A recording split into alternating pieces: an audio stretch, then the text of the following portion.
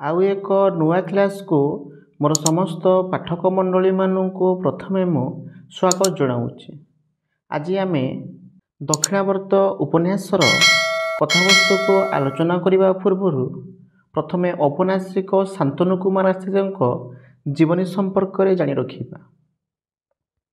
1933 ମସିହା ମେ ମାସ 15 ତାରିଖରେ ଶାନ୍ତନୁ କୁମାର ଆଚାର୍ଯ୍ୟ କଲିକତାରେ ଜନ୍ମଗ୍ରହଣ କରିଥିଲେ।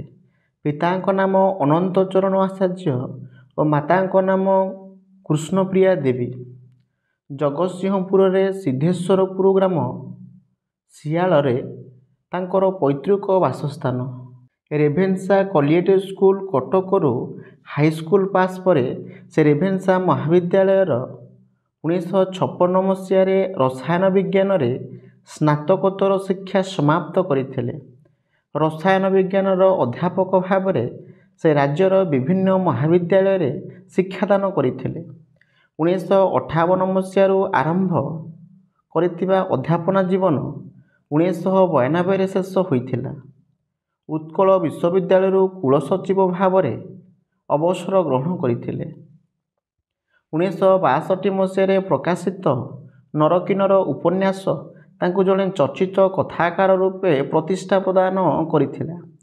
ତାଙ୍କ ଦ୍ୱାରା ରଚିତ ଉପନ୍ୟାସ ତଥା ନରକିନ୍ନର, ଶତାବ୍ଦୀର ନଚିକେତା, ତିନୋଟି ରାତିର ସକାଳ, ଦକ୍ଷିଣାବର୍ତ, ଯାତ୍ରାର ପ୍ରଥମ ପାଦ, ଶକୁନ୍ତଳା, ମନ୍ତ୍ରୀଙ୍କ ସେୟାର, ଧରିତ୍ରୀର କାନ୍ଦ, ଅନୁ ହଜିଯିବା ପରେ, ଅଦୃଶ୍ୟ ଜଗତରୁ ଅର୍ଥ, ବିଲଗେଟ୍ସ ବନାମ ରରୁବେ ଘୋଟକ, ସ୍ୱର୍ଣ୍ଣ ତ୍ରିଭୁଜ, ଅନମୋର କନ୍ୟା ଆଦି ଉପନ୍ୟାସ ଏବଂ ଗଳ୍ପ ପୁସ୍ତକ ଗୁଡ଼ିକ ହେଉଛି ଦୁର୍ବାର, ମନମର୍ମ, ଏଇ ଶେଷ ପଦଟି, ଅରଣ୍ୟର ଚୂଳ, ଅଦିନ ବଉଳ, ବିଂଶ ଶତାବ୍ଦୀ ପାଇଁ ଗଳ୍ପ, ଆଦ୍ୟ ସକାଳ, ସର୍ପଯାନ, ଚଳନ୍ତି ଗଳ୍ପ, ଜଳଛବିର ରାତି, କରଞ୍ଜିଆ ଡାଏରୀ ତାଙ୍କର ଏକ ଅନନ୍ୟ ଭ୍ରମଣ କାହାଣୀ ପୁସ୍ତକ।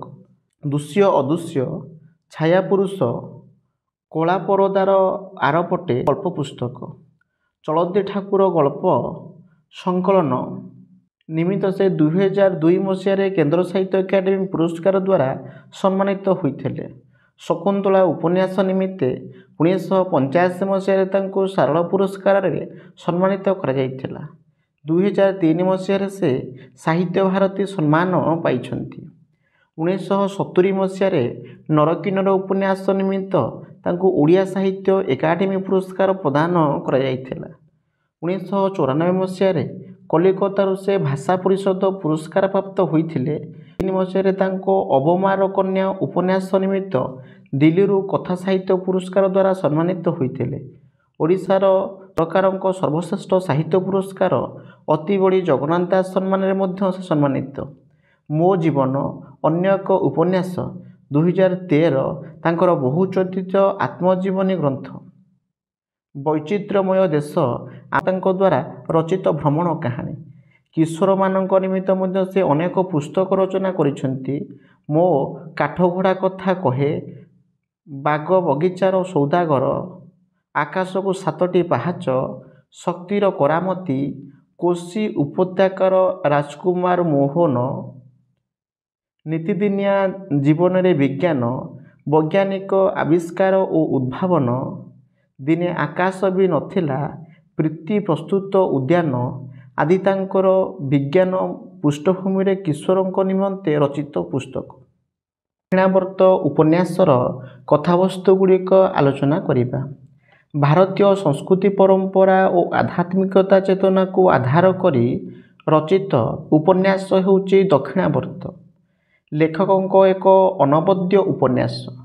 ଏ ଉପନ୍ୟାସଟି ମୋଟ 8ଟି ଚରିତ୍ରକୁ ନେଇ ଗଢ଼ି ଉଠିଛି। ପୁରୁଷ ଚରିତ୍ର 4ଟି, ବୁଢ଼ା, ରୈକ, ଡେମୋକ୍ରାସି, ଜାବଳ, ରତନା ଓ ନାରୀ ଚରିତ୍ର 3ଟି, ବୁଢ଼ୀ, କେତୀ, ମହାଜନ ଝିଅ। ଏହି ଚରିତ୍ରମାନଙ୍କୁ ଆଧାର କରି ଉପନ୍ୟାସଟି କୌତୂହଳପୂର୍ଣ୍ଣ ହୋଇ ଉଠିଛି।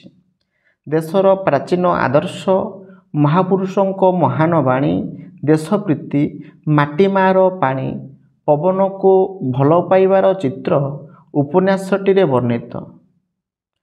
ଲକ୍ଷ୍ୟ ଉଦ୍ଦେଶ୍ୟହୀନ ତଥା ଅବସାଦପୂର୍ଣ୍ଣ ଜୀବନରୁ ଉଦ୍ଧାର ପାଇଁ ଆଧ୍ୟାତ୍ମିକ ମୂଲ୍ୟବୋଧ କିପରି ଆବଶ୍ୟକ ହୋଇଥାଏ ତାକୁ ଲେଖକ ଏଠାରେ ଦର୍ଶାଇଛନ୍ତି। ଉପନ୍ୟାସର ନାୟକ ରୈକ ମା ଓ ମାତୃଭୂମିକୁ ଭିନ୍ନ ଭିନ୍ନ ଦୃଷ୍ଟିରେ ଦେଖିଛି।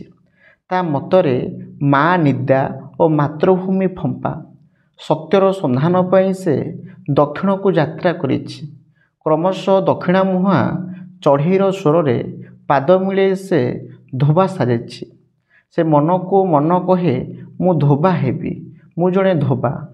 ରୈକର କ୍ରମ ଉତ୍ତରଣ ଘଟିଛି ଓ ଆଦର୍ଶବାଦର ଆହ୍ୱାନରେ ବାବାଜୀ ପାଲଟିଛି। ଯୁଦ୍ଧର ବିଭୀଷିକା ମଧ୍ୟରେ ପୃଥିବୀ କେବଳ ଅଶାନ୍ତ, କେଉଁଠି ଶାନ୍ତି ନାହିଁ। ମିଛମାୟାର ପାର୍ଥିବ ସଂସାର, ଅର୍ଥ ହିଁ ଜୀବନର ମାନଦଣ୍ଡ। ଏହାରି ଆଗରେ ପିତାମାତା, ଭାଇ ଭଉଣୀ ସବୁ ତୁଚ୍ଛ। ଅତି ମାନସ ସତ୍ୟଯୁଗ ପ୍ରଭୃତି ମିଥ୍ୟା। ମଣିଷ ଏଇଠି ଧୋପାବାଜ। କ'ଣ କହିଲୁ? ମଣିଷ ସବୁ କରିପାରିବ। ଏଇ ମିଛୁଆ ଚୋର ଧୋପାବାଜ ମଣିଷ ଏଇସବୁ ଯିଏ ବସିବେ ଏକାଠି। ଅସମ୍ଭବ ବାବାଜୀ। ସବୁ ଯୁକ୍ତିତର୍କ ସତ୍ତ୍ୱେ ବାବାଜୀ ସଙ୍ଗରେ ଧୋବା ବୁଢ଼ାବୁଢ଼ୀ ବାହାରିଛନ୍ତି ଦକ୍ଷିଣକୁ।